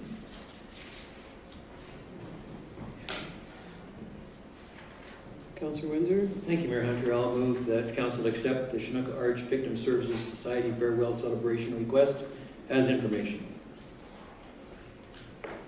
Any comments, Councilor Windsor? Yeah, I'm not sure that we should be using taxpayer dollars to fund a party, and I think that we probably wouldn't do ourselves any kind of good service to start a precedence like this. Hey, Councilor Moore? Yeah. Councilor Baswick? Councilor McCoy? I have no comments. Deputy Mayor? Okay, I'll call the vote. All in favor? That's carried. We have item 8.7, Alberta Japan Twin Municipalities Association Conference. Councilor Baswick?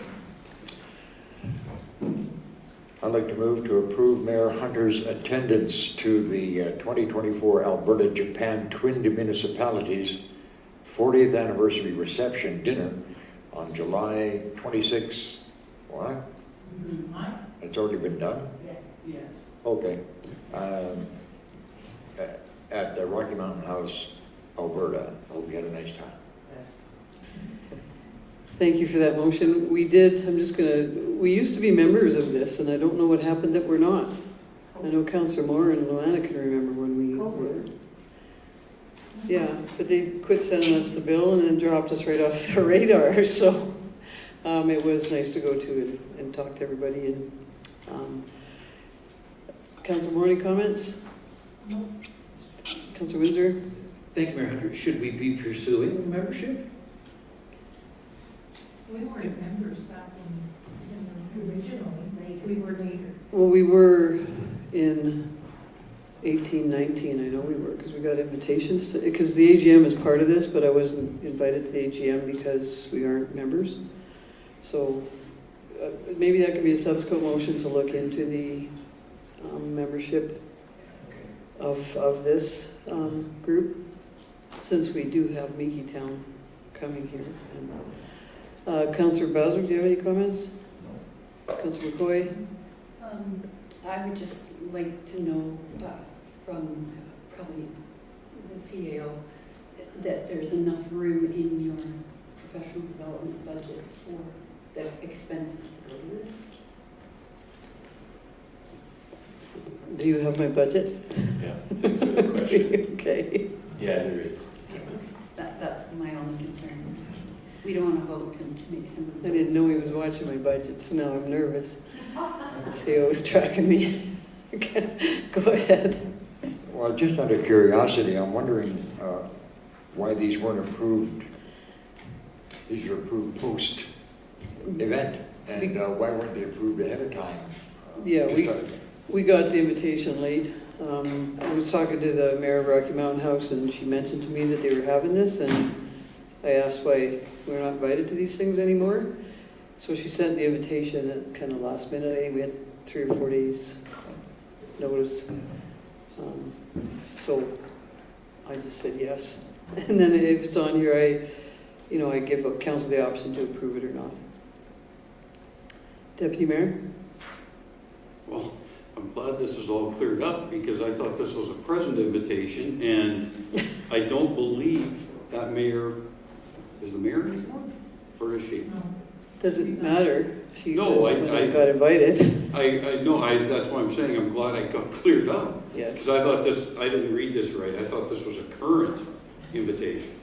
And this is from the past, so I'm okay. It was just my own confusion.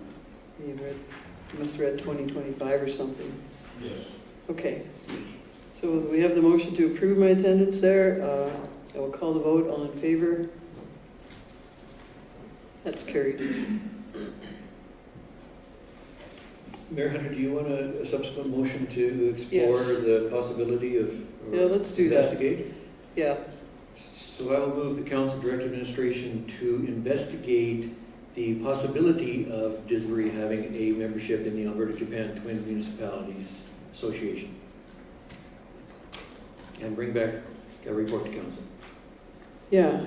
It is, I know it's maybe not my purview, but this is kind of an economic development initiative too, that maybe we can get input from that department when we explore it, but just a thought. Any comments on that, Deputy Mayor, on the motion? No. Councillor McCoy? Councillor Vasek? Thank you, Mayor. I'm just curious as to what the true value is of this particular meeting, future meetings or whatever they have planned. Is there a definite benefit to our town by doing this? I don't know. Or is it just an expense and a raw time? You know, I mean, I guess there's a connection between us and Japan. I don't know why or what it's all about. Yeah. To tell you the truth. Well, we host Mickey Town until Yeah, I COVID happened, understand right? that. But I think the motion is to explore it, right, and bring back information, so all those questions will be answered, Councillor Baswick, so we can make an informed decision on Thank the you. value of it. Councillor Moore? Yes, actually, I have the same kind of question about the value of it, because we did look at it when Meekie Town came to us and wanted their kids to come here, which is really all it was at first. And we looked into the structure of it and decided that there was a lot of stuff that wouldn't be of value to us. So I'm looking forward to seeing what that would be. Me too. Anything else? Okay, I will call the vote then. Did you want to read that back? Yes. Remembering all my motions. Moved by Councillor, did you make it? Councillor Windsor to investigate the town of Didsbury membership with the Alberta Japan Twin Municipality Association and bring back a report to council. Okay, I will call the vote. All in favor? That's carried. You could have said that Councillor Williams made it. Yeah. I'd be even. Yeah. See if he catches it in the next minutes. Do that just to see on one of the motions, doesn't matter which. We have the 2025 Economic Developers Association Conference, item 8.8.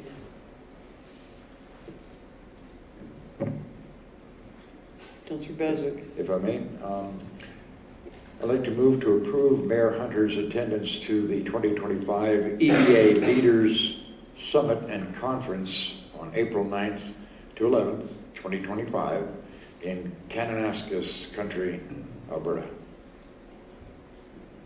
Yeah, that's where the G7 is going to be too, but not at the same time. Thank you for that. Comments on that?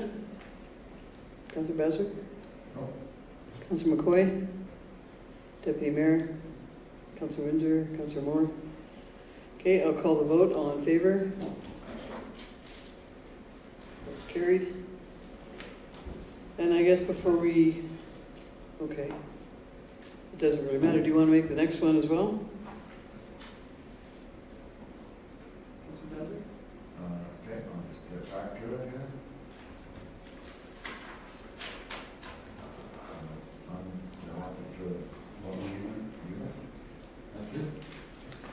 All right. I would also like to make a motion to approve any other council members' early registration for the 2025 EDA conference as part of their 2025 professional development allowance. Any comments on that? Councillor Moore will start over there. Councillor Windsor? I'm not sure how this ties in, and maybe you'll tell me it doesn't tie in, and I shouldn't have said anything, but the AU of A conference will be after the election, is that correct? And so with our budget being the way it has been in the past, for our personal development, it's going to be a skewed amount, is it not? Because the Alberta East Conference is after the election? And so Yeah. we wouldn't even have the opportunity to participate in that. But that's always a different budget line. I think Ethan's gonna, do you want to speak to that? Yeah, the budget is, you'll set the budget for 2025 and it's for all the regular conference attendance.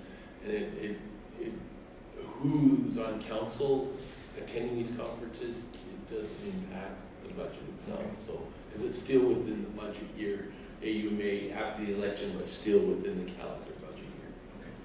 Thank you. Yeah. Okay, Deputy Mayor? Councillor McCoy? Councillor Bazak? I will call the vote then to approve any other council members early registration. All in favor? That's carried. And then we have DDUC, EDA conference attendance. Sure, go ahead. I move the council approve a 2025 budget expenditure of $1,390 plus travel and accommodation for 2 DDAC members to attend the EDA Experience 2025 Leaders Summit and Conference in Kananaskis. Thank you. Comments, Deputy Mayor?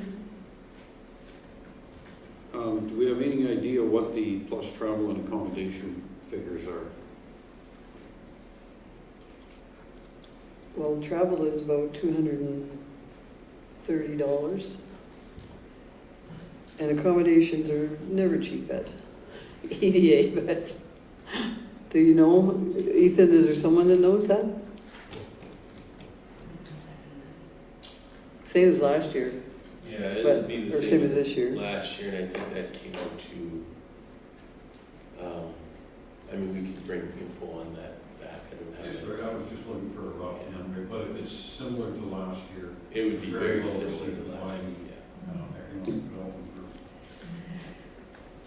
And I'm just wondering with this item, I know DDUC tries to rotate the members, and I know last year there was a last minute cancellation, or someone's family life got,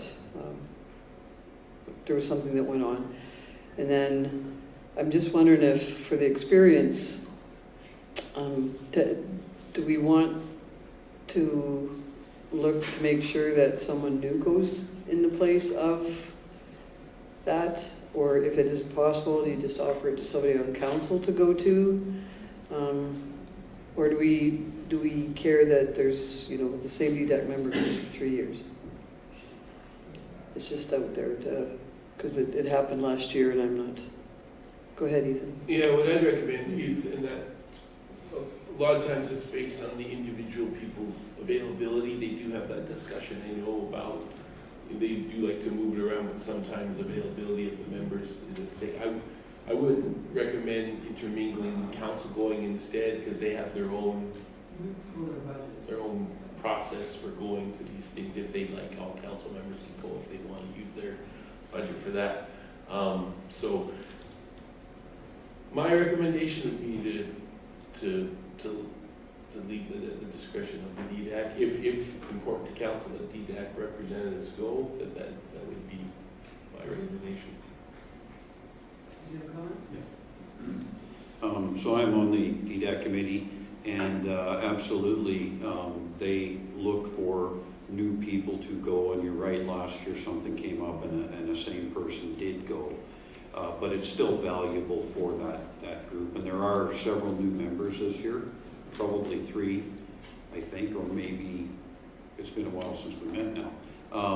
But it gives them the opportunity to attend this, and I think the members that have come on would probably be available to go, just knowing them. So I agree with Ethan. I think DDAC will obviously push to have 2 new people go.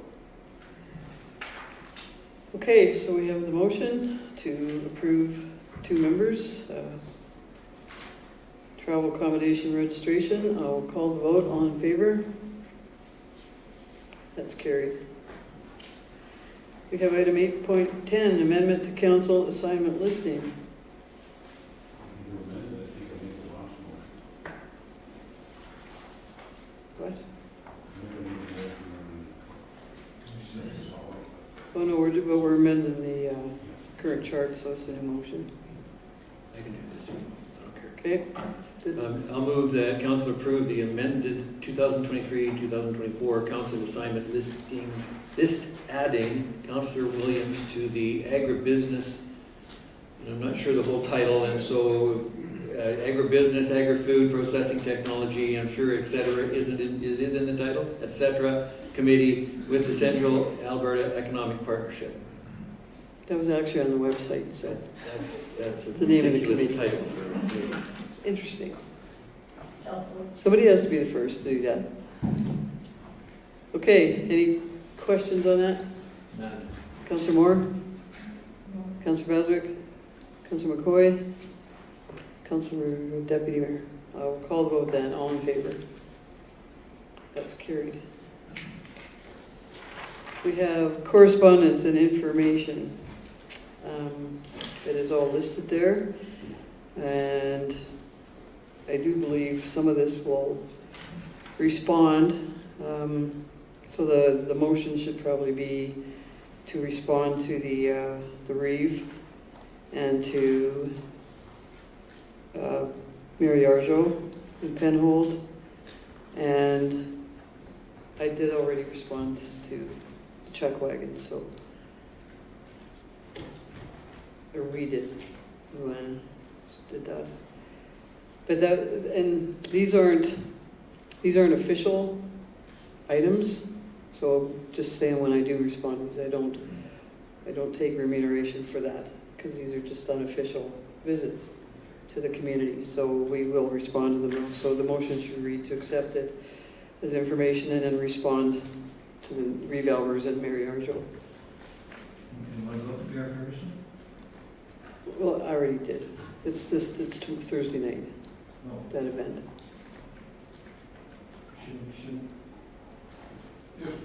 For the record, should it be included in? Sure, yeah. It should, We'll yeah. send him another letter. Okay, I'll tell him why. Not sending another letter, we just. That's fine, yeah, go ahead. Respond, Who would yes. like to make that?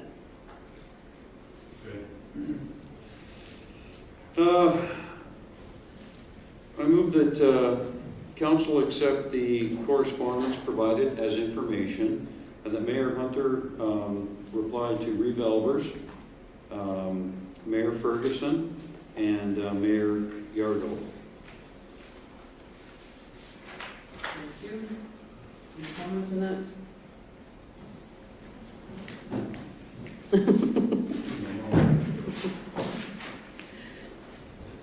Any comments? Oh, you're still sifting through?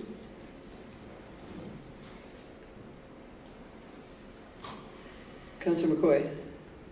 Councillor Baswick? Councillor Moore? Councillor Windsor? Thank you. We'll call the vote then. All in favor? That's carried. And we have council reports and meeting highlights. There's a couple of reports in our council reports that are written and submitted. Thank you, everybody, for that. And I do have one to add. So I was invited by the Alberta Summer Villages Association to participate on the panel at their October 17th conference and talk about our cybersecurity incident, and just from elected officials' view of our budget, how to include. I met with Amanda. Jocelyn has made up a PowerPoint. I'll be working with Ethan. Will review it. Amanda will review it, and we'll do a final PowerPoint that everybody's happy with from the elected official view, and Alberta Municipalities is going to be there as well as ATB. So they'll present the administrative and operational side of that. So I'd like to have that included in there, that I am approved to be part of the panel on the cybersecurity discussion at the ASVA conference. So I'll have someone make the motion. I'd be happy to make that Well, motion. it'll be three, so we'll start with the cook-off one, and then the ASVA one, and then the council reports. Who would like to start? I can do this, whatever. Okay. So I'll move that council approve Mayor Hunter's attendance and participation as a judge at the Town of Sundre Harvest Street Festival for the Chili Cook-Off and Apple Pie Contest, September 14, 2024. Any questions or jealousy to convey? Councillor Basvick? Definite jealousy. Okay. I like apple pie. You can go watch and eat it. I just get to be a judge. Councillor McCoy? No. Deputy Mayor? Councillor Windsor? Councillor Moore? We'll call the vote then. All in favor? And we'll respond to him tomorrow as well. And then the next one would be to approve that what it is the ASVA, the Alberta Summer Villages Association, to be on the cybersecurity panel as an elected official. I believe it's October 17th, 18th in Strathcona County. Is that in here, Luann? No, because I just added. Yeah. Do you want me to get all that information for you quick? For the motion, Councilor Windsor? I hope you're taking it. Yeah.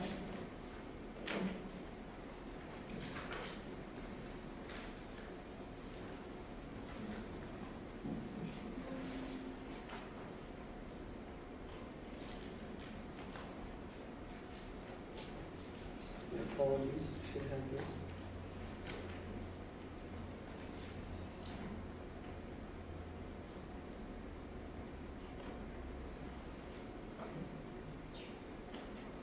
Sure.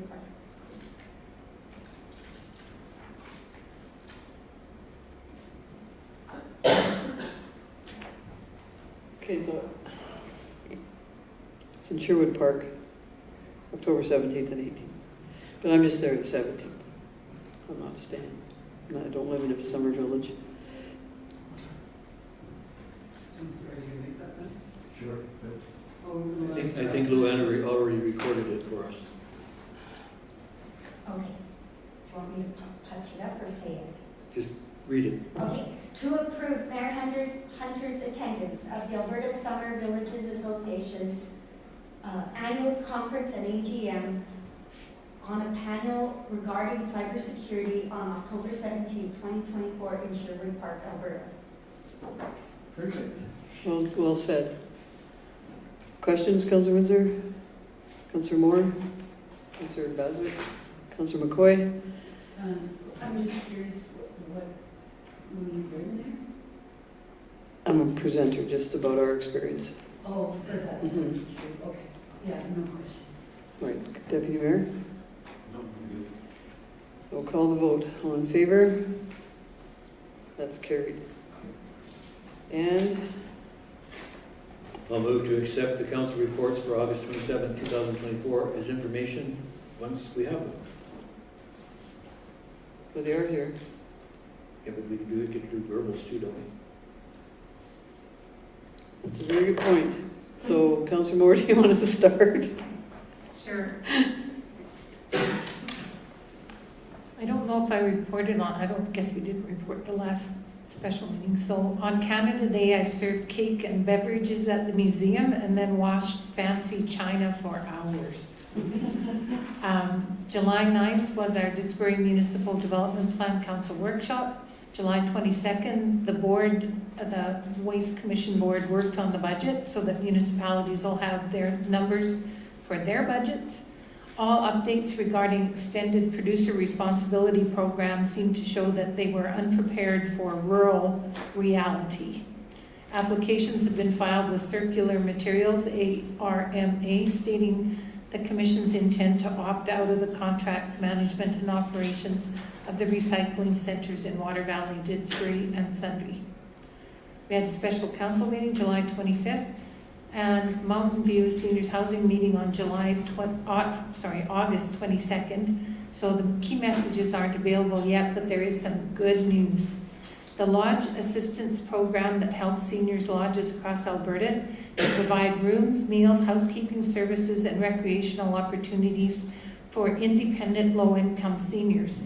As of 2013, the LAP, that's the LAP, that is the grant, per diem was $12.45 a day for each low-income resident. That was raised by only 78 cents over the next 10 years to $13.23 in 2023. But in 2024, lodge providers can now claim $20.50 per day per eligible resident. So that's more than $7 now that we get more. So that is going to make a difference. Our building occupancy is above pre-COVID levels, which is really good news. Available lodge and life lease units are full, with Carstairs empty units being renovated. And we have a lower price on those, so hopefully they'll fill up too. We've had a little trouble filling them. The $6.5 million debentures that I obtained from ACFA through Mountain View County in 2010 for the Olds Mountain View Lodge were financed over just 15 years. So they'll be fully paid on March 15th and December 15th in 2025. That will reduce the payments, the loan payments, by about $500,000 per year. So all those things are showing that we're coming out of all of the confusion that happened under the previous CAO. One note from my written council report on the Summer Municipal Leaders Caucus, there is a presentation that they gave, and they suggested in their presentation to help with costs, actually a number of things, but one of them was that staff working remotely allows municipalities and business to require less space and resources. So costs are lower and higher qualified staff are accessible. So we were kind of ahead of our time. That's it. Thank you for that. Councillor Baswick, would you like to? Councillor Windsor? Thank you, Mayor Hunter. As far as Parkland Regional Library is concerned, we haven't had a meeting. The next meeting is in the middle of September, although I do have in the external reports the updates from Parkland. Water Commission canceled their meeting for August simply because there wasn't enough business to bother dragging everybody to Innisfail for that. RDR Mug, we had a strategic plan workshop in mid-July, and it wasn't a total strategic plan. It was simply a goal setting for the next 18 months, essentially, till the end of the term, setting priorities and setting goals that were attainable, and so that the executive and the CAO would be able to focus on those items. And that's, otherwise, I really enjoyed my summer. Good, thank you. Councillor McCoy? There's a report in there from our summer caucus. And thank you, sorry, I'm forgetful today. Other than that, I enjoyed my summer. But I think that this meeting is probably longer because we took so much time off, and maybe we could find a balance for next year, maybe shorten it. I just feel like we were absentee for a long time. Thank you. Deputy Mayor? No reports. My committees that I'm all on kind of follow our schedule, the same as council, so no meetings other than MPC, and they canceled because there was no pending requirements at that time through summer, so nothing to report. Okay. Well, my summer break was not a break, just so. I had 3 Central Alberta Economic Partnership meetings, which include the AGM up at our Disbury Golf Course, which was nice. It was a great event up there. I was at the Alberta Municipalities Summer Caucus as well. Mid-sized town mayors met with the Premier on July 4th and with Minister McIver. And I'm going to read this statement that we are putting out, that our councils are, that the Mid-sized Town Mayors Caucus Executive Committee met with Premier Smith and Minister of Municipal Affairs Rick McIver on July 4th in Calgary at the McDougall Centre. In a very valuable and productive 1-hour meeting, the Premier and Minister displayed interest in and support for the initiative of a Mid-sized Town Mayors Caucus, citing efficiencies in messaging and dialogue between the caucus and the provincial government through one representative voice of mid-sized towns in our province. It was encouraging that the Premier and Minister were committed to future engagement with the caucus when discussing issues and initiatives that have impacts on mid-sized towns and that improves rural Alberta mid-sized towns' ability to succeed and collectively grow a stronger province. Premier Smith and Minister McIver welcomed and were very engaged in our discussion on the challenges faced by mid-sized towns created by insufficient provincial funding, and offered the opportunity to present solutions on ways and resources to increase our funding pot. We all agreed that property taxes are not the answer to supplement funding for infrastructure deficits. The Executive Committee were very satisfied with the outcome of the meeting and with the interest shown by Premier and Minister for ongoing engagement and future meetings. Besides that, I went to a grand opening of the Indian cuisine restaurant. I went to the budget workshops, obviously, in the MDP. Went to Bethany's 10th anniversary. Yes, 10 years they have been here. I have to say, and I never want to pick a favorite, but the Communities in Bloom tour was the highlight of my summer. We have an impressive community, I have to say. I do have to shout out to Wayne and Barb Green for showing off their beautiful yard. The Disbury Museum grounds. We went down to the wetlands that everybody loves, our Memorial Park pathway and trail. Northern Homestead, I've always wanted to see their place, and it's all natural, beautiful little piece of property that they grow a whole bunch of stuff naturally. And then we checked out the Rustford Gardens, our cemetery, of course, and we checked out downtown, the train station, showed them around where the filming went on, all our beautiful heritage buildings. Then we went down to the campground. And because I think it was windy, we went to an indoor restaurant and had and treated our very kind and gracious hosts, Kathy. And I didn't catch her. I didn't have the last names wrote, but we don't have to announce them anyway. But it's really a pleasure showing off our beautiful community to our visitors. The Parade and Rodeo was a wonderful event. Councillor Williams and Councillor Windsor threw out the candy, and I got dumped around in the back of the truck a few times. Mid-sized Town Mayors Executive met just recently, and museum luncheon today. The museum hosted the town of Disbury. Everybody that could attend, and we thank them for their hospitality, great food, and we thank them for all they do as well. You know, it's kind of like we give them a lunch too, but it was nice that they provided lunch for us, so thanks for that. And that's that, I think. Anyway, we have the motion to accept this information. Are there any questions of anyone? I'll call the vote. All in favor? That's carried.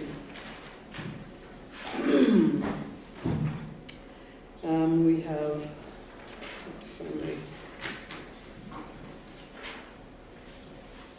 question period. And I see we have a new gallery member here with us tonight. And we do have an opportunity for you to come up and ask a question or make a comment if you like.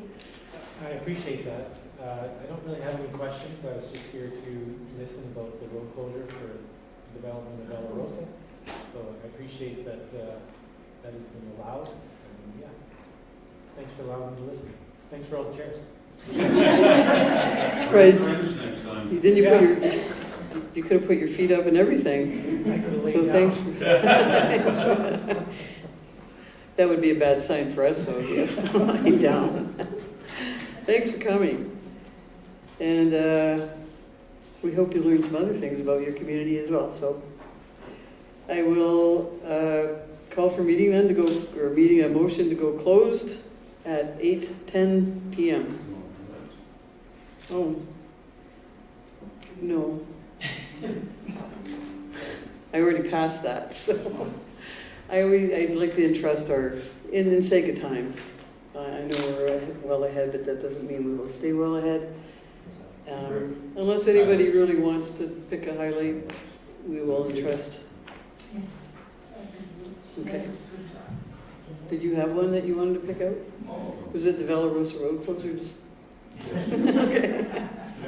Highlight of them reading. All right. Is it John? Yes. Yeah. I was trying to figure out who's under that hat. Yeah. Yeah. Now the lighting is funny back there. So thanks again, John. 8:25. And we're going closed now, so we have to ask you to leave. Thank you very much. Thanks for being here. To go closed. Did you want to add one? Okay. Motion to go closed. Are you making the motion to go? Thrilled about two developments that came together. That's awesome. You got almost 120 homes coming on the same area. Yeah. Okay, a motion to go close at 8:11 now. 8:11. All in favor? That's carried. 2-minute break as always.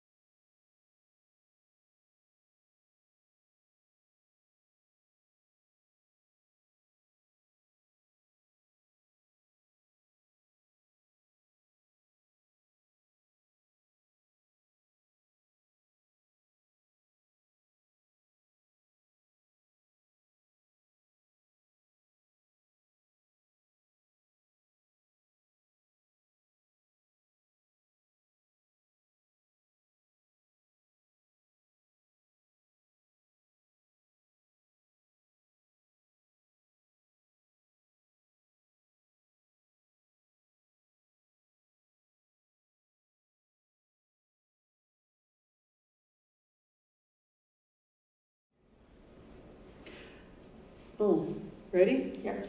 You're here already. Hi. That was pretty quick. Okay, so our first motion, Council Moore was going to make on the Rosebud Health Foundation, so did you write it down?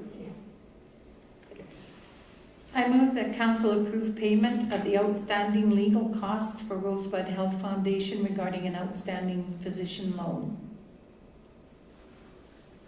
Great, I'll call the vote. All in favor?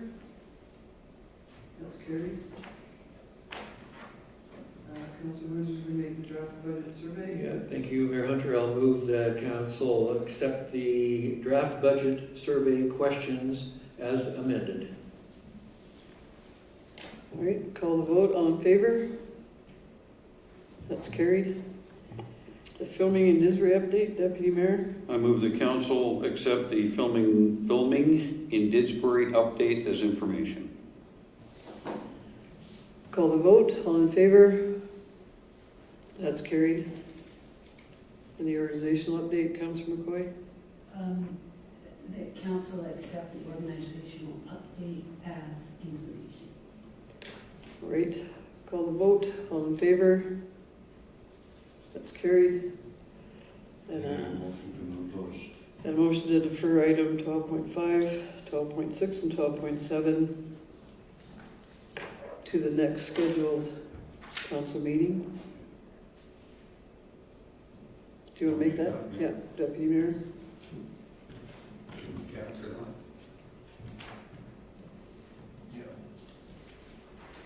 Now, call the vote. All in favor? And a motion to adjourn over here on the side. Oh, I'm making the motion for you. Okay, so I'll move to adjourn at 9:33. 9:33. All in favor? That's carried.